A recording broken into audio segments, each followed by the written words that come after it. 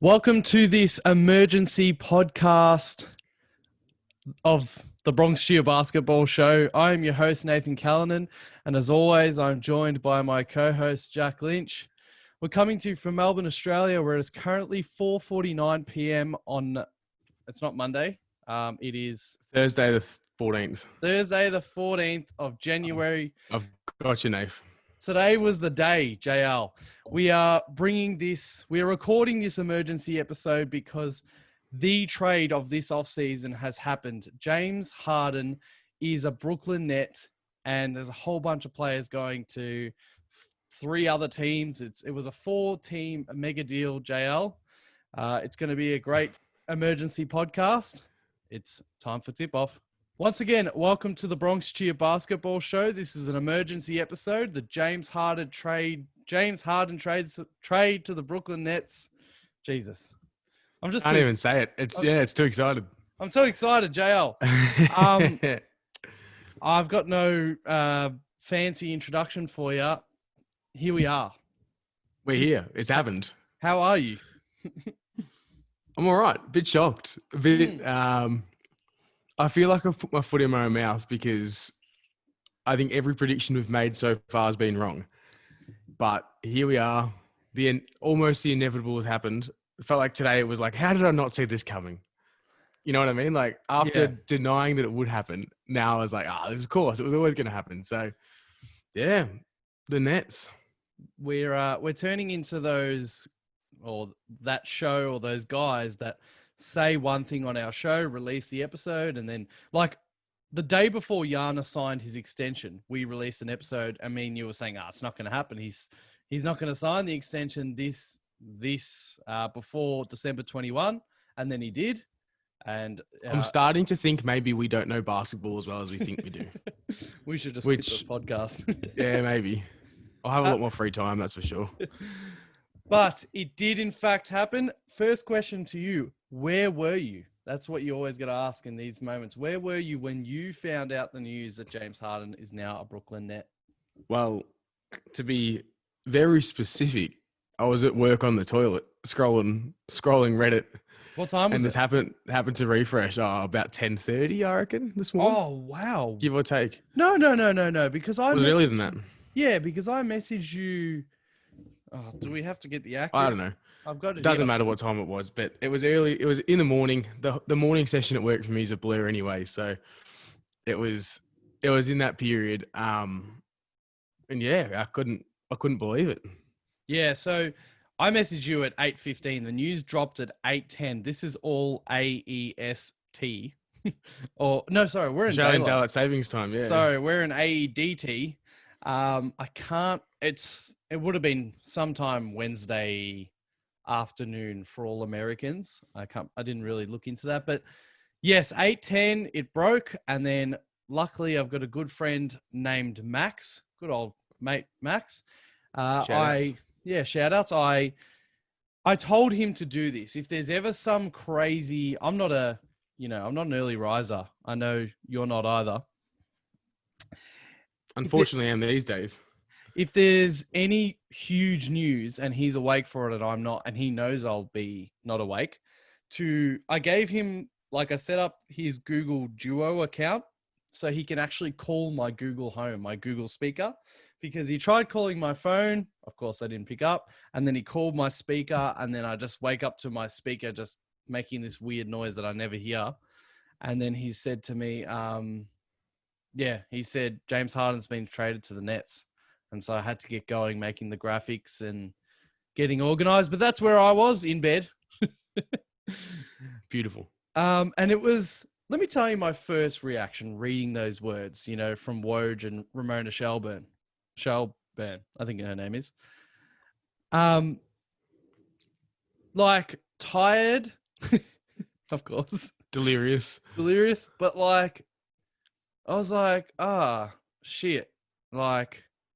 Because my team, the Sixers, we were the front runners. And as you talked about on the last pod with Spencer Dinwiddie going down, who was going to be part of the package, we were definitely the front runner because we got Ben Simmons to throw into the hat or to throw onto the table.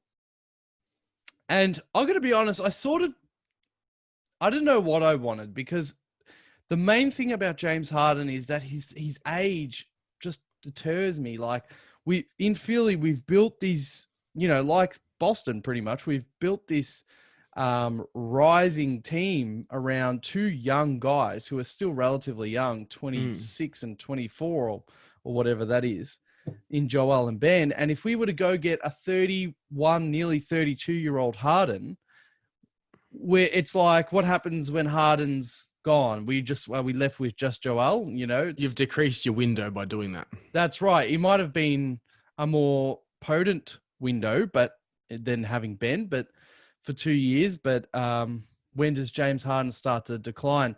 Anyway, I didn't know what I wanted. I'm pretty out on Ben. I actually haven't said this on the podcast yet because, we took a few weeks off and it happened then. But especially yesterday. So the Sixers played the Heat. And the Heat had no one. We've got a few players out due to COVID, but they had absolutely no one. They had Hero and Robinson and the clinic, Kelly Olynyk. And, oh boy. And they still took us to overtime. And let me tell you why, even with our two best players. And that tells you something worrying.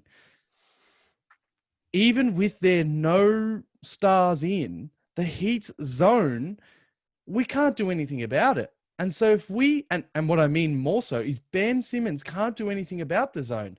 It just like Giannis, they just drop back and everything's prepared nicely. They triple teaming Joel in yesterday's particular game because, they didn't have Bam and Jimmy. But long story short, Ben Simmons, man, I'm like got your approach now. I've swung all the way to where you are. Maybe not as far because I know you particularly don't like him. Because he's not a good defender, mate. I scored on him. Oh, he's not. Oh, right. Because his defense is the main thing that's improved. He's going to be a guy who continues to be in the running for Defensive Player of the Year. Yeah. He's so versatile. However, the main thing that people keep bagging Ben Simmons with these days is this man might be the most unimproved player of all time. And his offense hasn't changed in 5 seasons. Yeah, it honestly hasn't. And I just think that if the Heat, and it's not just one game, because all last season, the Heat's zone and anyone who we meet in the playoffs is just going to continue to drop off Simmons. It looks different in the regular season. Same with Giannis. Ben is a beautiful player, but he needs like the Giannis treatment. He needs just everyone around him shooting. He needs to be his own guy and blossom into his career like that. I'm not like totally out, but I'm wanting it to happen. I want us to find a trade. So anyway, that's a long way of saying that my reaction to seeing this was a bit like, oh, okay, well, we missed it. James Harden. That was our shot. Yeah, James Harden doesn't become available very often for trade, and you're the front runner. And yeah, I just sort of felt that we missed it. That was my reaction as the day went on, just lots of reactions. So let's go through the trade itself. Then more news broke. So here's the whole trade. James Harden, of course, going from the Houston Rockets to the Brooklyn Nets, but then it expanded and the Rockets acquired Victor Oladipo, Dante Exum, which if you're working that out means that the Pacers and the Cavs are already involved. Victor Oladipo, Dante Exum, Rodions Kurucs from the Nets as well. 3 of Brooklyn's first rounders. That'll be, I don't have to say the years, but and 1 first rounder from the Cavs. And also Brooklyn gave them 4 first-round pick swaps. That's a pretty big haul.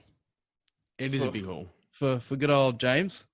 But I thought the Rockets got fleeced in all honesty. Yeah. It's 4 first-round draft picks and 4 pick swaps. Yep. They're all going to be in the late 20s, probably, Mhm. unless something catastrophic happens, like the Celtics Nets trade of 2014, or late 2013. But I don't know, just 4 pick swaps are kind of irrelevant because you're assuming that they're not actually going to swap positions anyway because Brooklyn's going to be. I don't know. I just for what they could have got from Philly, I thought this is very underwhelming return. Yep. One thing I do want to say, because your response there is actually, from what I saw, I felt like it's not the consensus response. I felt like most people are actually saying that the Rockets actually sort of won the trade. Some people were trying to call that the Rockets won the Yeah. trade, but I'm on your side. I can't believe this, but I'm with It's you. rare. Let me It's tell rare. people this. The Rockets did well to get Pacers in on the deal and get Oladipo. That's pretty Yeah. nice because they seem to want to continue to try and win now, which is sort of weird, but anyway. But the Rockets gave up 2 first-round picks and 2 pick swaps for Chris Paul a couple of years ago. And that, I haven't actually articulated all the words that I wanted to say in this paragraph, but that is Harden. You know, Harden's tenure and the legacy and the paper trail that he leaves is these big for Westbrook, not Chris Paul. To trade Chris Paul to get Westbrook, they needed to trade 2 first-round picks and 2 pick swaps. This paper trail that Harden's left and the damage that he's sort of done, because they've just constantly been going championship or bust. And yes, they got close, but now they're a bit scarred from it. So overall, the Brooklyn Nets have Kevin Durant, Kyrie Irving, if he doesn't retire, and James Harden.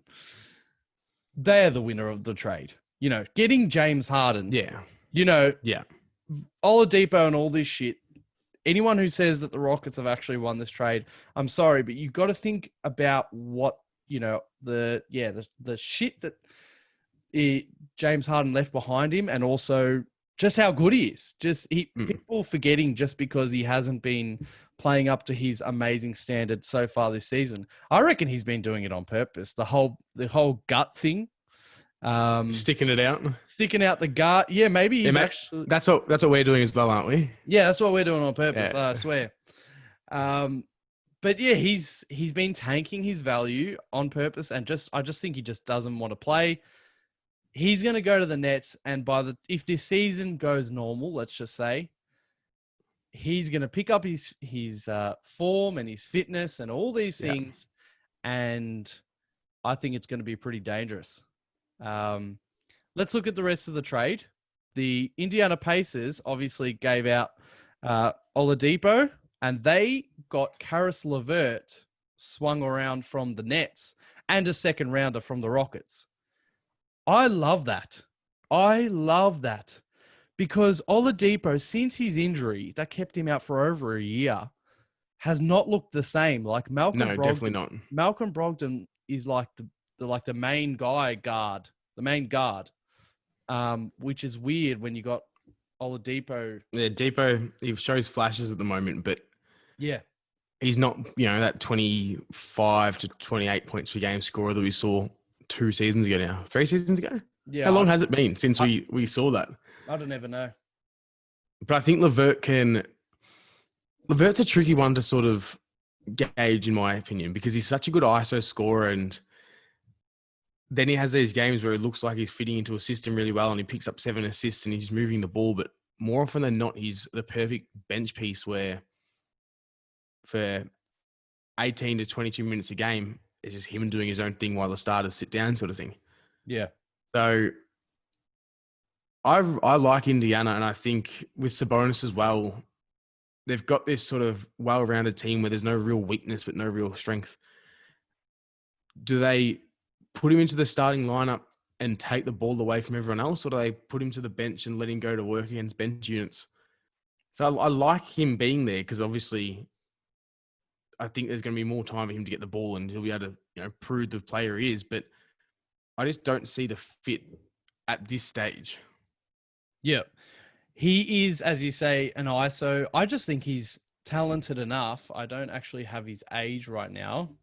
Uh, He's deceivingly old. He's like 26 or something like that. oh no, Someone that, he's 26. yeah. However, I still believe that's young enough. I just love him. I need, like you talk about last pod with when a player always tortures your team, you love them more. In the series, not the playoffs we just passed, but the one before that, I think it was, or the one before that, the Sixers played the Nets in one of their series, and LeVert just killed us. Even though we beat them, he just was a star. Yeah. I believe in him, and as you're saying, it is a bit of a gamble from the Pacers, but I think they will start him, and I think they're gonna make him like their sort of ISO guy. And the good thing, like you were sort of talking about on the Pacers, is they've just got guys who know what they are, and I think LeVert is another one of those, and he's had to do some do some mental growing up and maturing with the Nets, being the guy sort of, and then having to be pushed to the bench. I reckon this is going to work out. That's just my call. I think it's going to work out for the Pacers. I think Pacers always manage to work it out. Yeah. Nothing really goes wrong for them. They just happily sit there in the 4th seed every year. Yeah. It's going to work out. The last team in this trade, the Cleveland Cavaliers, they needed another big JL because they lost Tristan Thompson to the Celtics. So they needed to make sure that Kevin Love and Andre Drummond had that third big that they always love so much. I've got their roster up here right now. Jared Allen, not going to say a few of these names. What do you feel about this trade for the Cavs, getting Jared Allen and Taurean Prince? It's a bit of a nothing trade for them, I think. Mm. Nothing really changes all that much. They're not even in playoff contention or anything. So my initial thoughts were Allen is 5 years younger than Andre Drummond. He's a quarter of the cost or whatever it may be. I don't know if they're going to move from Drummond just yet, but I think he comes off the books next season. So yeah, he does. I think it's just good that they can just extend this. But with Sexton and Garland, they're not that far away from being a decent team, I think. And I think a young, talented center like Allen, I know his offensive game is quite limited, but defensively he's quite good. I think this gets them into all right, well, now we're looking at years 2023 and 2026, that sort of period where we want to be blossoming. And it's just another step in the right direction for them. But you won't see any results for the next few seasons. Yeah, so Taurean Prince is a nice player to go into a team that's going to try and battle for 10th in the 11th. East. 11th. Jared Allen is a good up-and-coming big, or at least center, just straight out center, old-fashioned. He's not going to stretch the floor. No. But he's got that vertical spacing, which isn't talked about enough. Before we run out of time on the Cavs, because we have limited time to talk about the Cavs.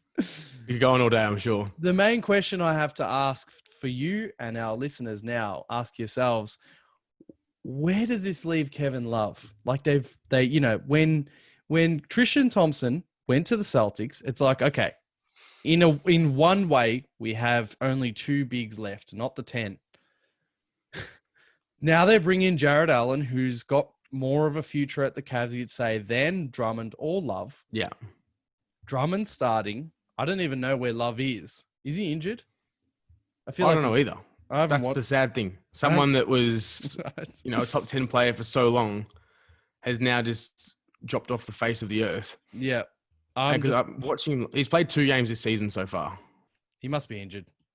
But it was like watching him last season was depressing. Yeah.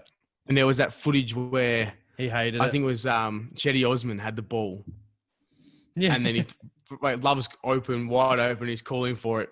And then Osman gives it to him last second and he's pitched it as hard as he can back at him. Yeah. And just walks off. Yeah.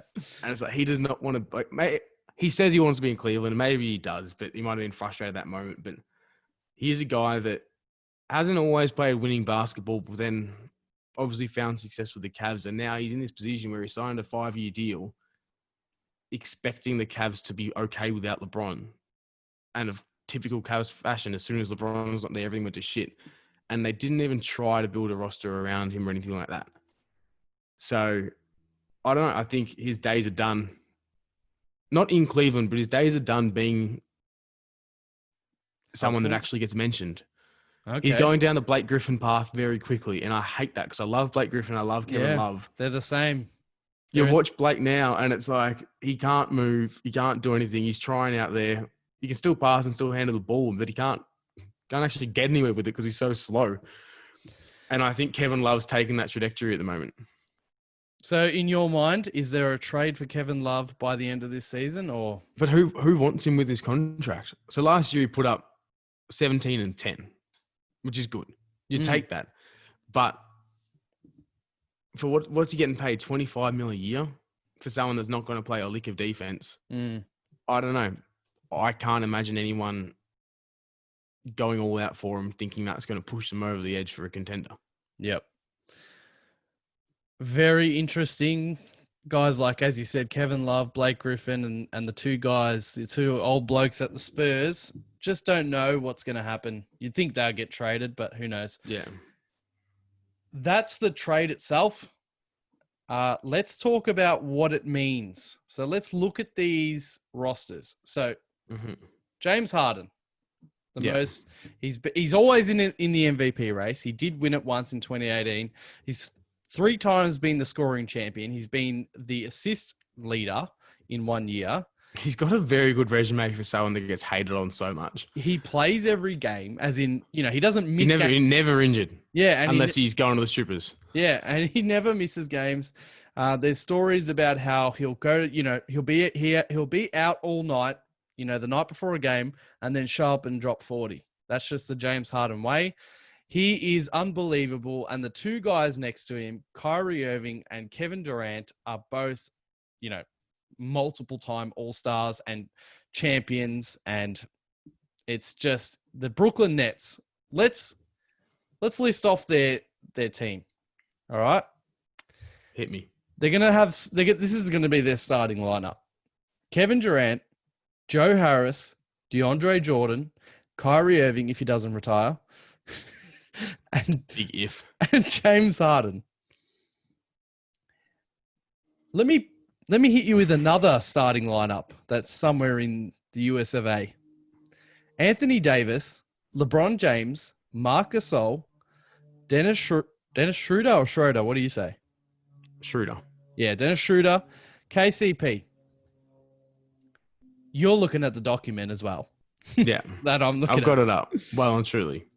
I just copy all your notes. Do you like the way I highlighted the Nets in black? Color-coded and everything, yeah. Yeah. Looks good. Looks very good, Nave. And I also put, for all our listeners and watchers, I put the Lakers in gold and purple. Anyway, when you're looking at it like this, what is your first reaction? Who's winning in a 7-game series out of these two teams? I'm still going with the Lakers. And I feel like, on trade day, everyone gets way too excited for everything. But on the NBA, any website I went on today, pretty much, it was championship or bust for the Nets. It is. And it's like, well, obviously, because they're giving away quite a lot for this team. And they've only got about 2 seasons to do it before they're all free agents. And 100. Yeah. But I don't know.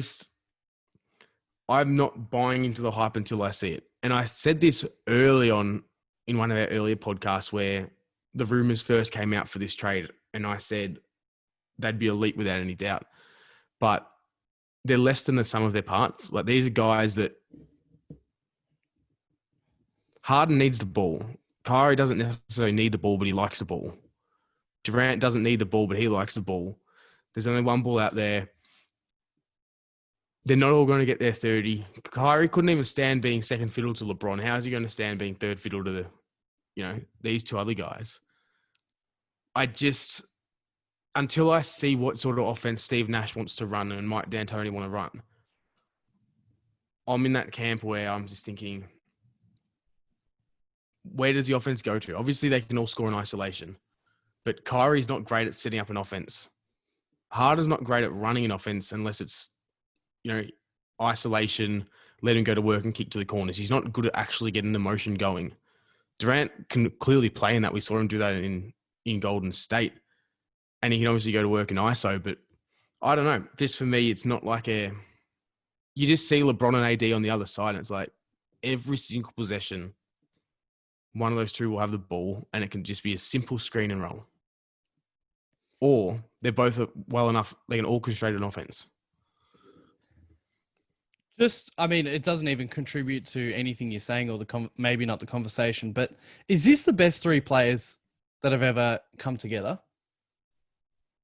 At this point of their careers? Off memory, like just off the top of my head, I mean, the KD Warriors, that three worked better together. Yeah, but they're not better than these three. In terms of resume, it would be up there without actually thinking about it, unless you wanted to go like the 2004 Lakers, but Peyton was past it. Yeah, Gary Payton was past his prime, and Malone was. I mean, he still had a great season, but he did his MCL, I think, 3/4 of the way through the season, and that sort of derailed it all. But it'd be up there. This is definitely, in my basketball knowledge, at this point of their career, this is the best three players that have ever been on the same team. Obviously, what about the 2012 Bobcats? Well, I actually don't know any players to name. That was a year before I got into it all, but I wish I could. I can tell you some process sixes, including TLC, Timothy Luwawu-Cabarrot, who's earned his spot on the net. He sometimes starts. He probably will never start again, but never. He actually plays, which is amazing. I love seeing process sixes, such as Jeremy Grant getting paid and playing well in the Pistons. Anyway, let's get back to it. You agree, so tell me your most important things in a playoff game. Defense. Mm-hmm. That's always going to be number one. Second is having a guy that can score in a close game down the stretch, which the Nets definitely have. Got three of them. Yep, without a doubt. And they got Joe Harris is such a good shooting threat that it just draws the defender no matter what. Pretty sure he's shooting like 50% from three to start the season. And so I think they're like the two things you need. And then you don't necessarily need depth in a playoff series because you can run an 8-man rotation, but you just need no weakness. You can't have a guy that's one-dimensional.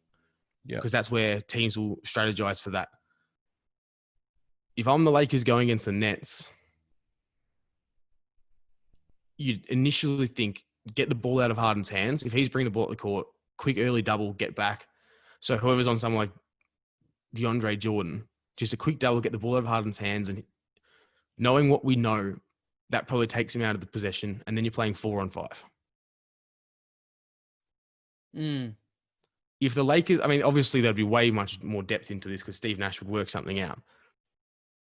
But that's what I mean by like they're less than the sum of their parts because there's a weakness there. They've got guys that when they don't have the ball won't do that much. Whereas the Lakers, even someone like Kentavious Caldwell-Pope, he showed in the playoffs he was fantastic at running the break and just being ready in the corner.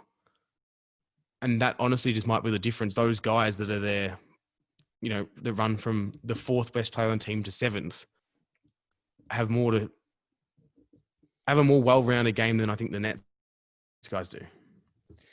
At any time in a playoff game, Kevin Durant, James Harden, and Kyrie Irving on the court together, you can get a bucket at any moment you want, or a good-looking attempt.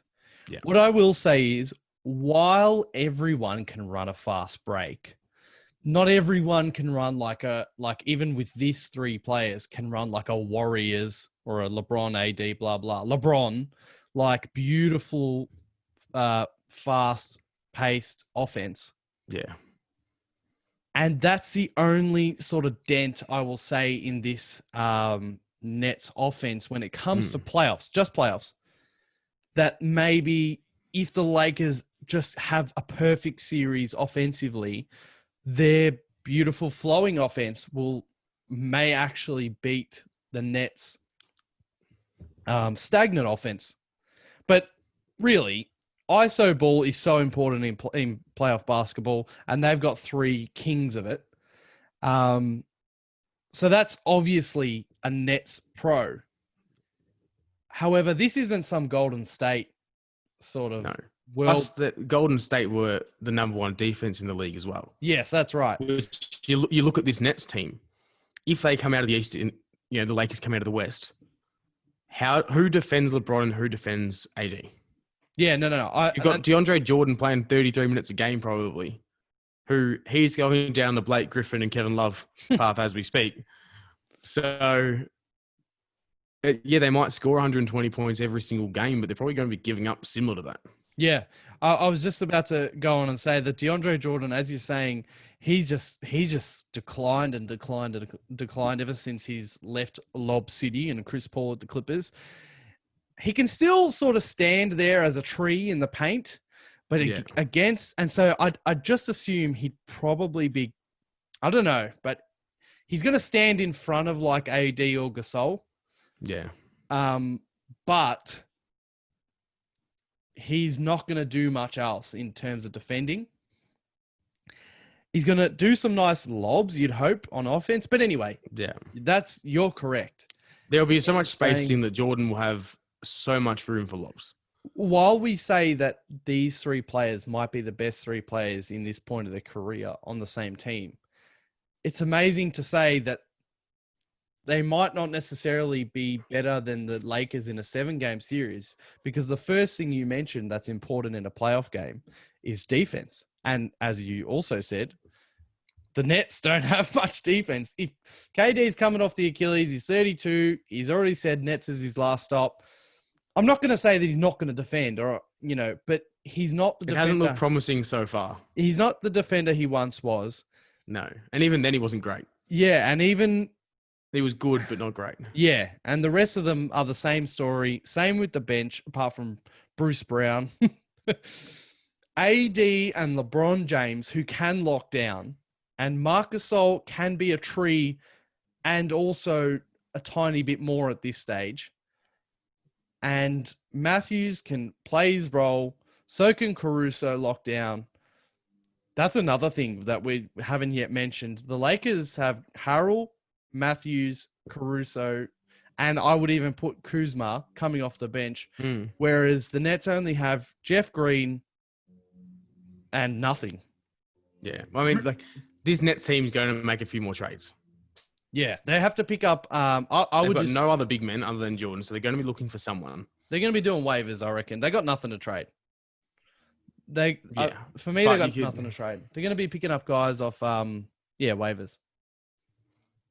And there's really not that many people available, are there? No. Bring Tyson Chandler back out of retirement for like the 4th time. One question I have to ask you on that point is, Kyle Kuzma, is this the point? Is this the time? Lakers have been waiting for this maybe. And it's like, oh, you think you got this going? The Lakers can beat the Nets as of right now, and they still haven't even executed everyone's first choice of their off-season transactions. They can trade Kuzma and, I don't know, maybe a pick or something, or just Kuzma for something that helps them in the NBA Finals. I don't know what else they need at the moment. That's the thing. There's no glaring hole in the Lakers lineup. Yeah. And that's what's the... But you got to say they will do it. You think they would do it? Maybe. He's been playing really well this season for Kuzma standards anyway. Like, he hasn't held them back at all. So maybe they just run with it, because, like, what do you trade him for? There aren't many guys that you're going to get for him anyway. It's not like he's got this... It's not like he holds... it's not like everyone wants him and they're going to give up a lot for him. Yeah. He's just an average player that can score in bunches at times, inefficiently, and can't really defend. Well, when I look at this team, because they're going to be thinking about the Nets, and can I just also guarantee that you are also agreeing that it's Nets-Lakers. If everything goes smoothly, it's Nets-Lakers. Well, yeah, at this stage, yeah. It's not Celtics. Wait, so you want me not to be biased because I thought I was doing the whole act thing where I pretend Boston's not coming out. Boston's winning the East. Oh God. Peyton Pritchard's going to be Finals MVP. Just to shore things up. Sure, I know Kuzma's been doing all right, but they got Harrell and Matthews and Caruso. That's already more than the Nets can get. If they can trade Kuzma for, let's go top of the head, some perimeter, like someone who can do their best against Kyrie Irving. Let's go. Like, look at that team, the two teams. I'm not too confident about someone. You can't really do much about Harden, and everyone knows that. Like, you need like Ben Simmons. He'll get his own. Yeah, you need Ben or like a Kogi to block Harden. Clamps. Or Ryan Brockhoff, who's blocked Harden. Yep. Old mate, guest of the show. Go check that episode out. But I would just think a guard defender or a perimeter defender, like a very agile one, would be nice on the Lakers. Taylor Horton-Tucker's proving game by game that he's going to be a great defender. He's got one of the longest wingspans I've ever seen for someone that's like 6'5". But Caruso is a decent defender. Wes Matthews can defend. Montrezl Harrell, I'll be surprised if he gets a minute in the playoffs against the Nets because they would torture him in the pick and roll. But they've got guys that will hold their own. And that's sort of all we can ask for against a Nets team with 3 superstars. Very true. Well, yeah, for me, it's as we both predicted already, but now it's locked in for me. I do believe, I think a bit more than you in this KD, Irving, Harden. I think that I still think they'll come out the East. So like, I'm not. Yeah. Like, I'm not like, it's not going to work at all. I'm just not obsessed with it like some people are. You're just sort of saying that, as we discussed, while they're the 3 best players together ever, that they somehow might not even be the favorites to win the championship, which sounds pretty hollow. Yeah, and I agree with that. I wanted to bring up the Sixers just quickly. I know I already talked about them for ages, but just before we finish up, just give me do you want to talk? Where does this leave the Sixers? Apparently they offered Ben Simmons, Tyrese Maxey. Yeah, Tyrese Maxey, and the Rockets also wanted Thibault. You had to take that. Why? I don't know why they didn't. That to me is a better package. I know there would have been a few picks involved as well, I'm assuming. But that to me is better than what Brooklyn gave up. Maury, there was a rumor once, not long ago, that the Rockets or Harden's camp spread out that the Sixers offered up Ben Simmons. And who knows if we actually did, but Maury straight away shut it down. And he said Ben Simmons is going to be here for a long time. No one's coming out to shut that one down. So it sounds like Ben Simmons was actually on the table for from the Sixers. If he is on the table, I know so many people are, and maybe this is for a different pod because this is just the James Harden pod.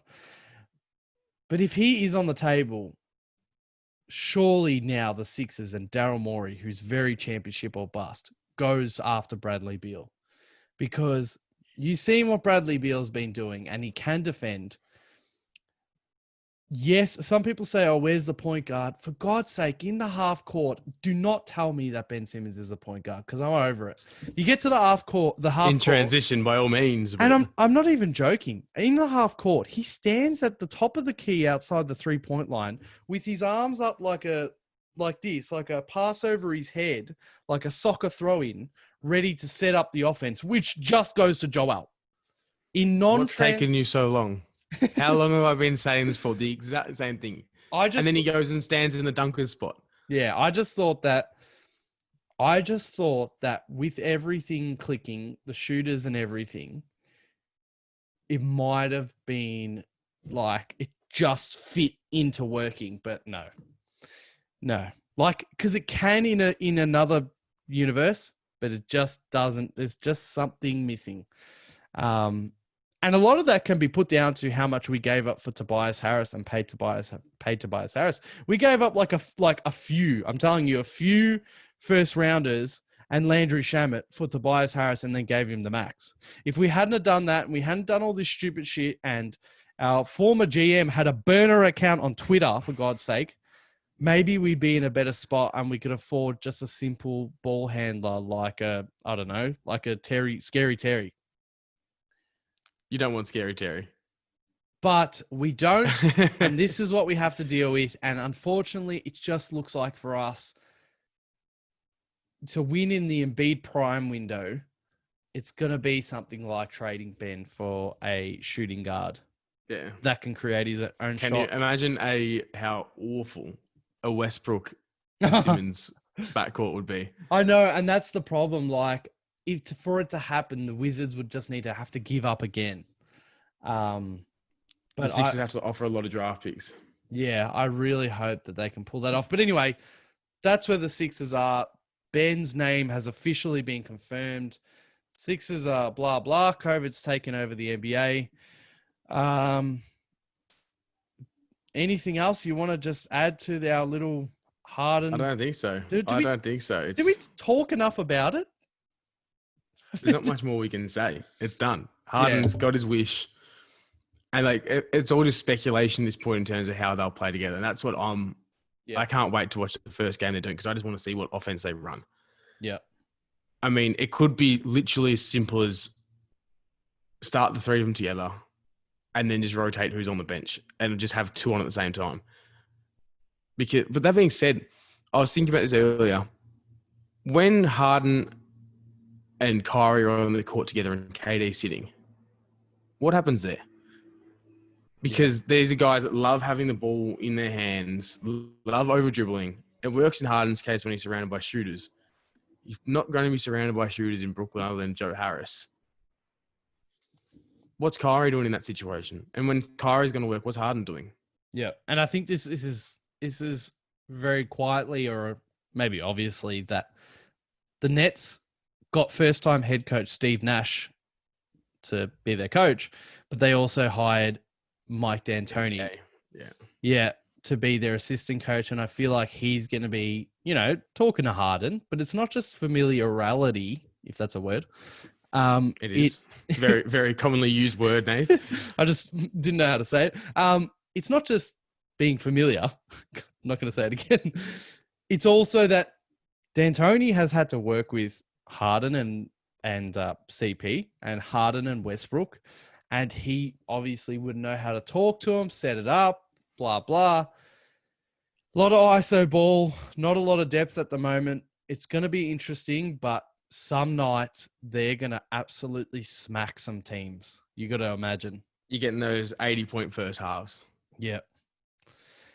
Well, James Harden is officially a Brooklyn Net JL. Yeah. This is where we are. This is the world we live in. The year of the dynamic duos or the big twos. The evaporation of the big threes didn't last long. No, how nice was a bit of parody for a little bit. That's right. And just one more comment on that. I forgot that to talk in the LeBron thing.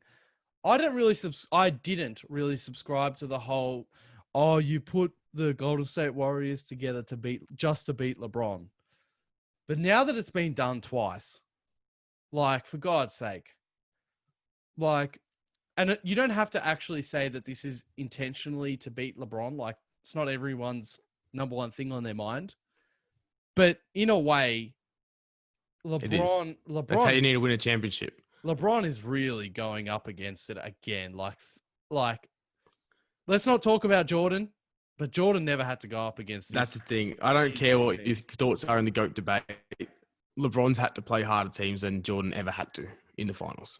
Yeah, that's fact. There's no way you could argue otherwise. So talk rings all you want, but that's just what it is. This is just so nice for now. This is looks so good in LeBron's favor. This trade happening, and also KD.